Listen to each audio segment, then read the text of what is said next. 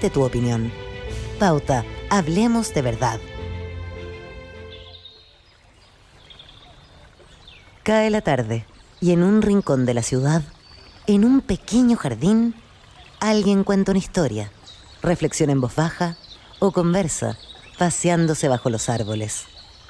Es hora de volver a casa, bajar la velocidad y darle tiempo al tiempo. Christian Warnken nos abre la verja de su jardín para que respiremos aire puro y oxigenemos el espíritu. En Pauta, aquí comienza Desde el Jardín. Una presentación de Vida Cámara, empresa de seguros de salud y vida de la Cámara Chilena de la Construcción. Y en sus 100 años, Fundación Irarrázaval. Lo esencial de toda exploración será volver al propio jardín y ver las cosas por primera vez, decía el poeta T.S. Eliot. Son exactamente las 8 de la tarde o de la noche y estoy abriendo la verja de mi jardín y, como ustedes saben, estoy atrincherado en este sector de mi biblioteca, rodeado de poesía, de literatura y de pájaros, muchos pájaros que se escuchan cerca aquí en este sector precordillerano. Saludo a todos los radiovidentes que nos siguen en Antofagasta, en Temuco, en Valparaíso, Viña del Mar, Santiago, también aquellos que nos escuchan en Spotify o en pauta.cl. Queridos y queridas radiovidentes, este sábado, como suelo hacerlo sábado por medio, escribí una carta que fue publicada por pauta.cl. Ustedes la pueden buscar ahí en el sitio de Pauta. Y una carta que ha tenido mucha respuesta, mucho mensaje, he recibido mucho mensaje en estos días a partir de ella y que quiero compartir con ustedes. Primero decir que me he vuelto adicto a escribir cartas. Es un gesto que, como ya sabemos, se ha perdido en nuestra sociedad y en nuestro tiempo, en que la comunicación es mucho más instantánea, mucho más veloz, mucho más agitada. Me encanta escribir cartas y a pesar de que esta carta es publicada en un medio digital, tiene la estructura, tiene la extensión y tiene el tiempo que creo merece una carta. La carta necesita un tiempo, necesita una dedicación, necesita establecer una comunicación que va más allá de escribir 140 caracteres, mandar 2 o 3 ideas rápidas, como lo hacemos a veces en un correo digital. O sea, cuando escribimos un correo es insoportable, un texto demasiado largo para ver y leer en la pantalla. Por eso que estas cartas, si bien se difunden digitalmente, en realidad son cartas escritas, son cartas que intentan recoger la tradición de la escritura de la carta y estimular a todos los que nos escuchan a volver a practicar el arte de la carta.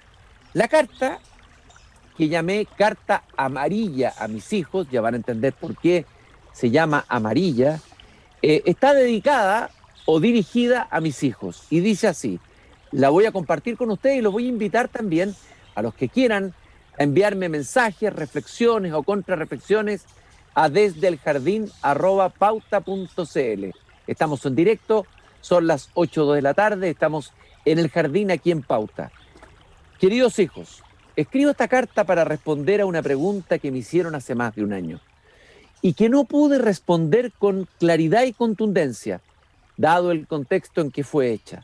Ahora, por primera vez, puedo responderla y hacerla pública.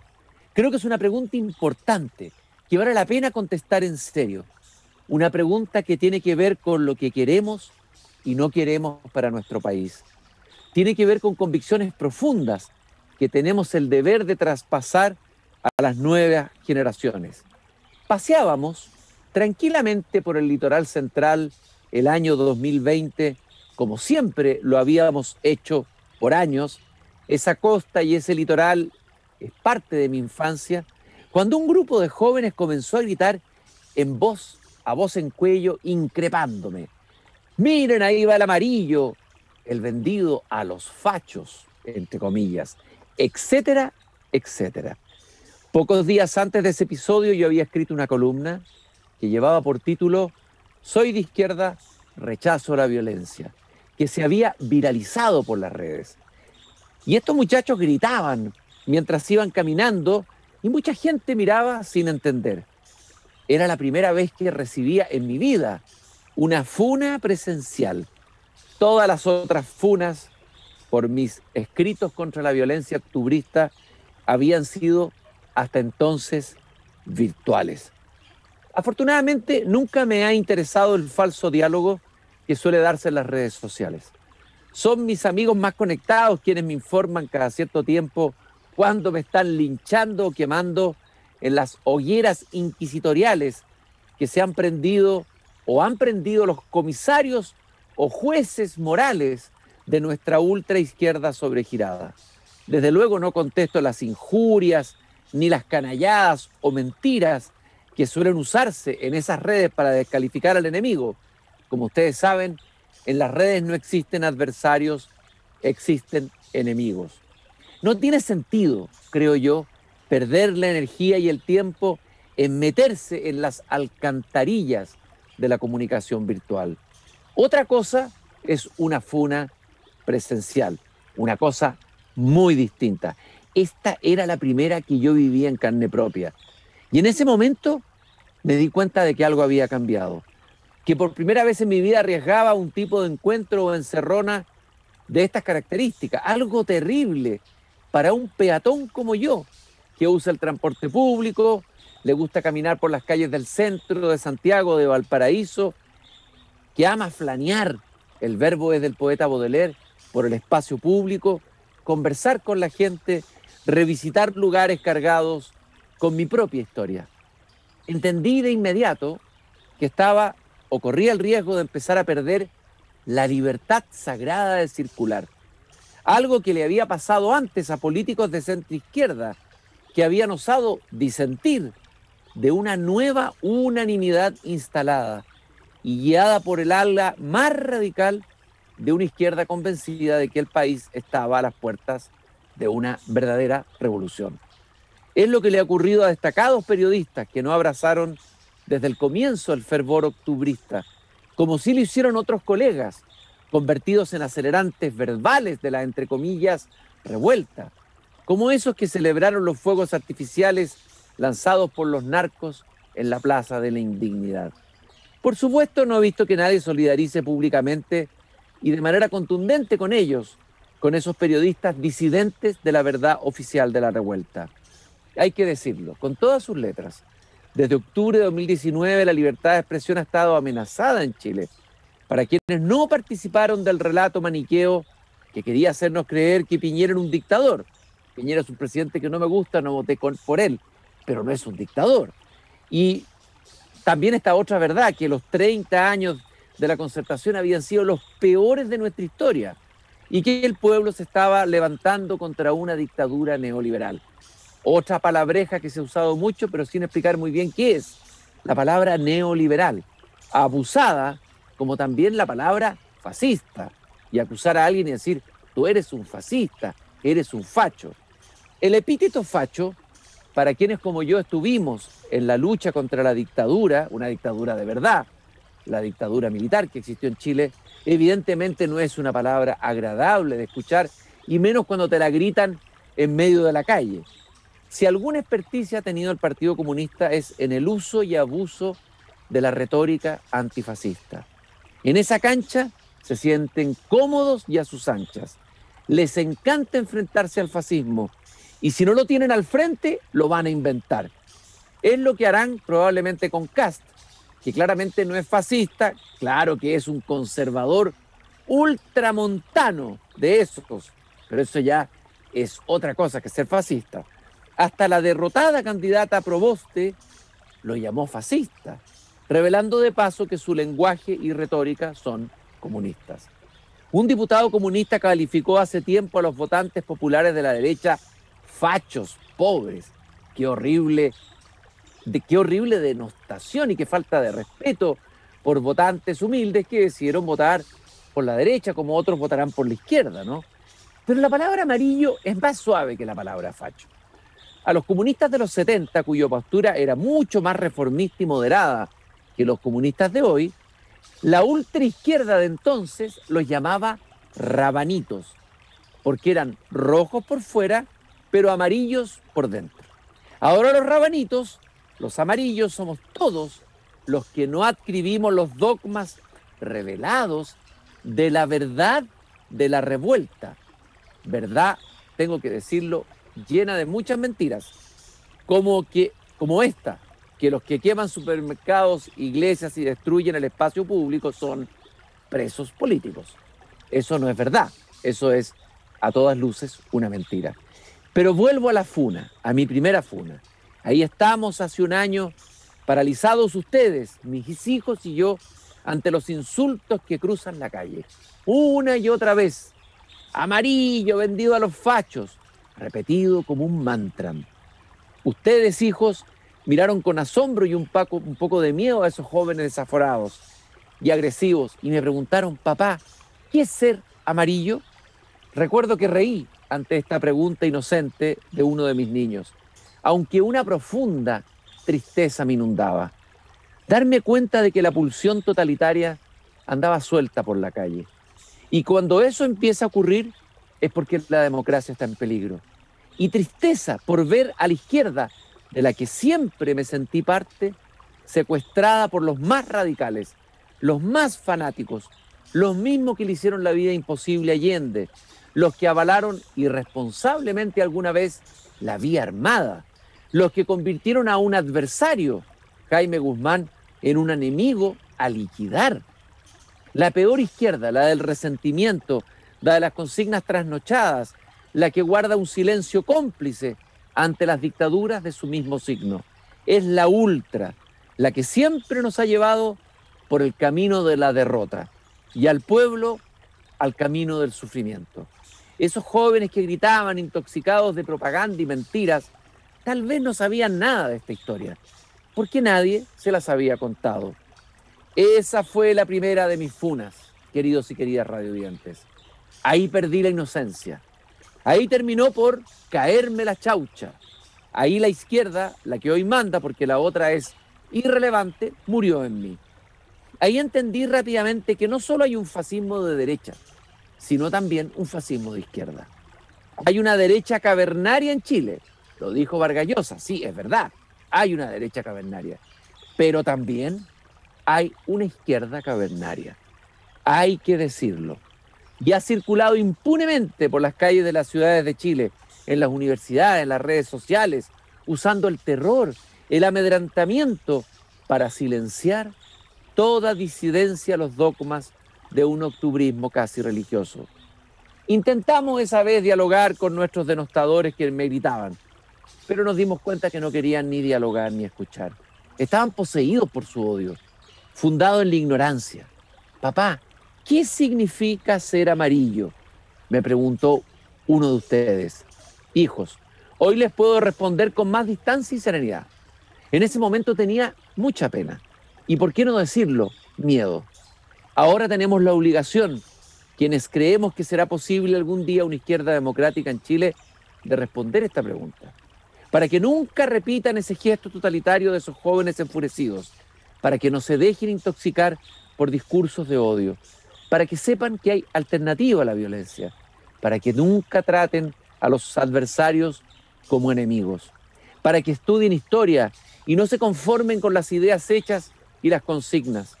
Hoy puedo decirlo con voz alta, con orgullo, sin complejos y con menos miedo que esa vez que nos interpelaron en plena calle. Ser amarillo es tener hondas convicciones democráticas, creer en el Estado de Derecho, en el diálogo, en los acuerdos, en las reformas graduales y bien hechas, en el respeto genuino a la diversidad de pensar. Los amarillos no consideramos al adversario político en un enemigo a destruir. No nos gusta por eso leer mucho a Carl Schmitt. En cambio nos sentimos más cerca de Norberto Bobbio, ese adalid de la tolerancia. Los amarillos no creemos en las tomas de la Bastilla, el Palacio de Invierno o el Capitolio. No nos gusta el griterío desaforado de las asambleas estudiantiles, en la que terminan ganando los matones y prepotentes, y se silencia a los que piensan distinto. Preferimos que las diferencias se resuelvan como la democracia liberal representativa lo ha establecido. No ensoñamos con una supuesta democracia directa, porque sabemos que eso es una máscara para vestir un régimen dictatorial. Somos socialdemócratas. Fuimos denostados hace mucho tiempo, en pleno siglo XX, por un psicópata llamado Lenin. Y nos costó mucho, a los que somos socialdemócratas, sobrevivir a la caricatura y las persecuciones. Las estatuas de Lenin fueron derribadas en los países que sufrieron el horror de los socialismos reales. Pero sus discípulos siguen practicando sus estrategias de propaganda y ahora ellos derriban estatuas de los íconos de la historia y queman los espacios públicos y los privatizan.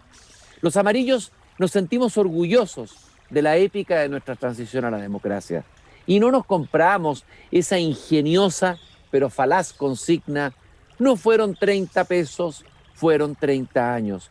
Los amarillos aprendimos de la trágica derrota de la izquierda en el año 1973, de que los cambios no se hacen con puro voluntarismo y de manera atolondrada y potenciando la inestabilidad y la inseguridad, porque la historia nos ha enseñado que eso ha traído más sufrimiento a los pueblos a los que se dice representar. Ser amarillos es ser guerreros del arco iris, abrazar la mayor diversidad de opiniones posibles, jamás creerse dueños de la verdad y menos hablar desde una superioridad moral y desconfiar, esto es muy importante, de los iluminados. Los iluminados de derecha o de izquierda, con su luz que transforman en fuego, terminan incendiando siempre la pradera. Los mejores presidentes que ha tenido Chile en las últimas décadas son Elwin y Lagos, y los dos son amarillos. Sí, Lagos, el denostado y ninguneado Lagos, el mejor líder de la izquierda de las últimas décadas, al que el Partido Socialista, dominado por operadores, sacrificó impunemente, al que también han funado y le han gritado.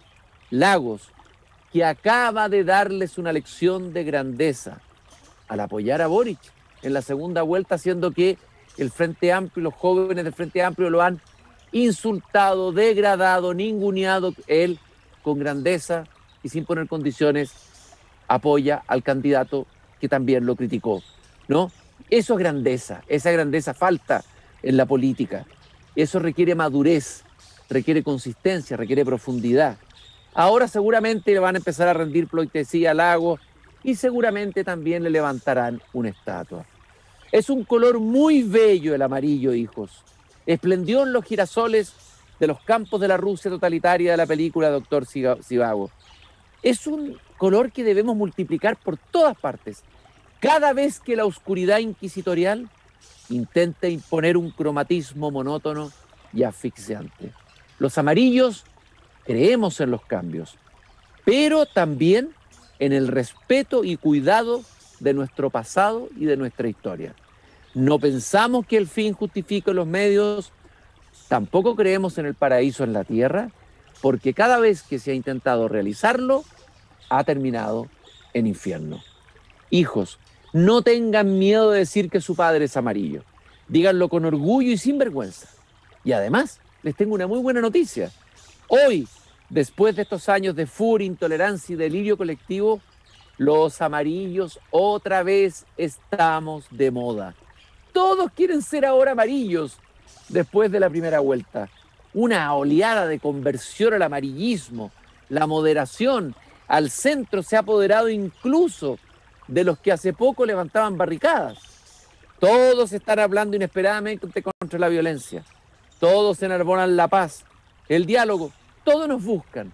Nos necesitan desesperadamente. Una marea amarilla está cubriendo Chile. Me preguntarán ustedes, ¿cómo esta súbita conversión, esta epifanía por el amarillo? Hijos, ahí tengo que contarles otro cuento. El cuento de la lucha por el poder, del amor al poder, de lo adictivo que es el poder cuando se siente cerca. ¿Oportunismo de último minuto? ¿Mero cálculo electoral? Quiero apostar que no. Y si ese oportunismo sirve para centrar la política y evitar la polarización y propiciar los acuerdos, bienvenida sea esa conversión de último minuto. Los amarillos no juzgamos ni funamos a nadie. Habrá que creerles a estos San Pablos que la realidad hizo caer del caballo para escuchar la voz del pueblo después de la primera vuelta presidencial. Vox Populi Box Day. Por eso, hoy grito alto y fuerte: amarillos del mundo, unidos. Los cobardes que ayer callaron, ahora sacan la voz.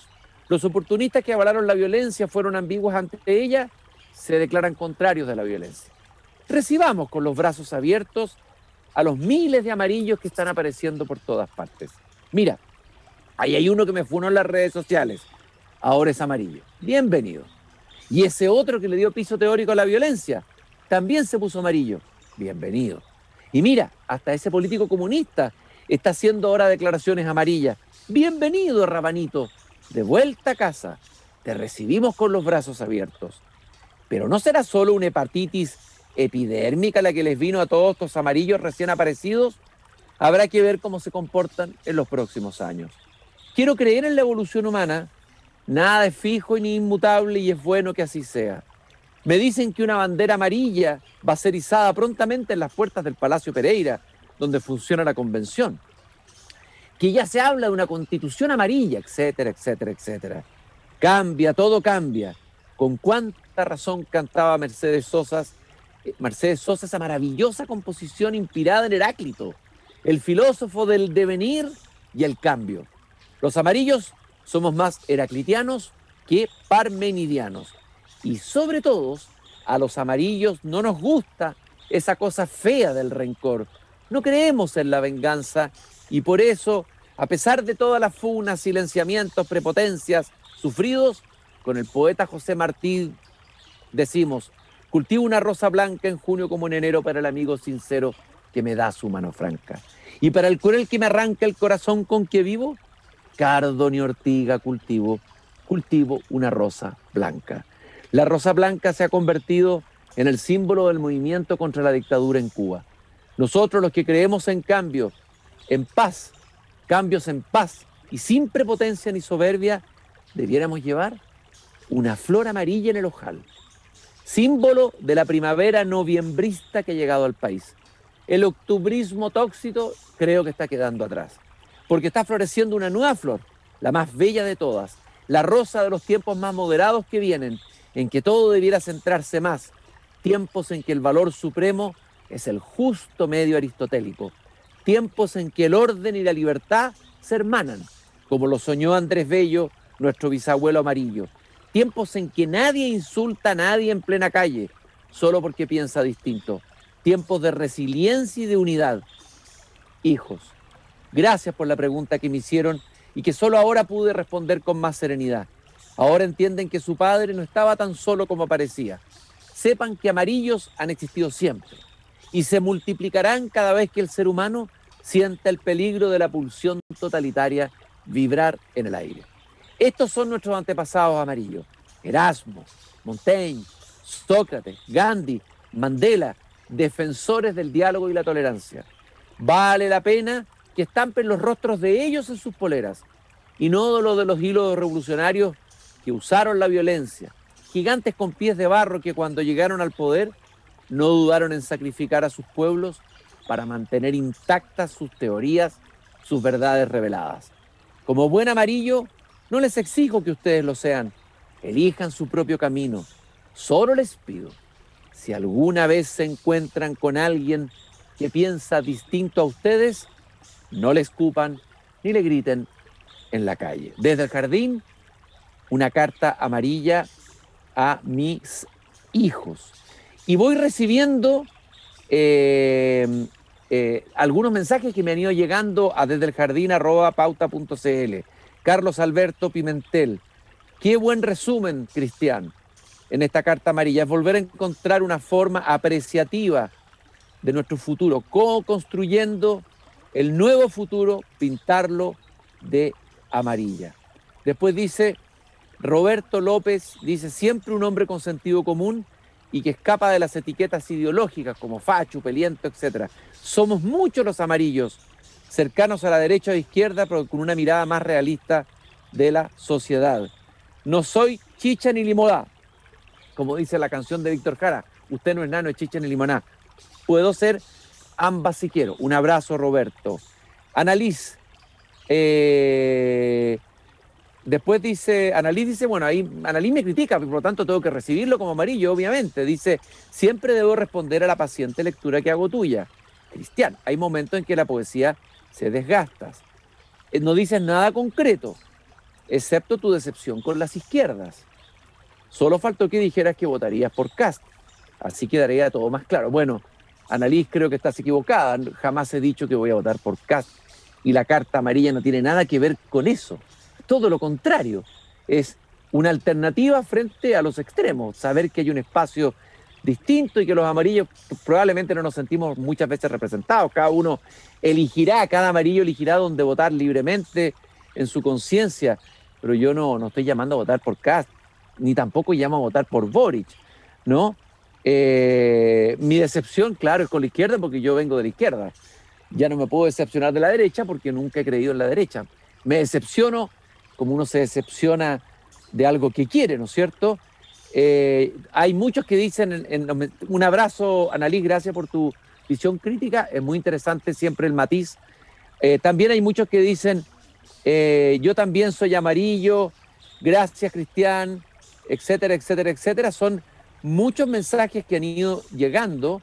También Josefa Funes tiene 24 años, estudia nutrición y dice que quiero expresar lo mismo que has expresado en la última carta. Casi toda mi vida fui de izquierda y ahora con toda la polarización tremenda que ha habido, me he decepcionado mucho del sector. Solamente quisiera felicitarte por la carta que escribiste. Se me pusieron los pelos de punta ya que viví el mismo rechazo a través de mis redes cuando condené la violencia del 18 de octubre. Un abrazo grande, Josefa. Bienvenida al gran movimiento amarillo. Enrique Piccoli, hola Cristian, gusto en saludarte. No comparto tu ideología política, pero eso poco importa, porque te encuentro un grande, eso es demasiado, ¿no? Soy grande de deporte, pero en realidad no me considero para nada un grande, por favor. Cada vez que te escucho siento que estoy equivocado. Siento que soy un soldado amarillo que renunció a la patria. Un abrazo, Enrique. Alejandra Raold, acabo de leer tu carta amarilla y debo decirte que ha sido un hermoso regalo de cumpleaños. Tus palabras me traen la esperanza que tanto se necesita en estos tiempos. Oriana Mora, un abrazo, Alejandra, me dice, me siento representada con esa definición del ser amarilla. Cuando lo reconocí públicamente, dejé de tener esa carga de problemas, de impuro o rechazo con los que se burlaron de mí. ¿Será por eso que siempre he amado más los girasoles que las rosas? Yo creo que en vez de la rosa blanca en el pecho, llevemos flores amarillas como cintillos, collares y en el bolsillo de la camisa. Buena idea, Oriana. Todos con una flor amarilla en el ojal, en los cintillos y en los collares. Hay muchas cartas que siguen llegando, muchos saludos. Ricardo Vidal dice gracias, amarillo mediador. Siempre me repetiré, las ideologías nublan la razón. Y también hay un radiovidente, Rodrigo Alarcón, que nos dice, nos hace presente unas palabras de Huidobro. Decir la verdad significa amar a su pueblo y creer que aún puede levantarse. Y yo adoro a Chile, amo a mi patria desesperadamente como se ama a una madre que agoniza.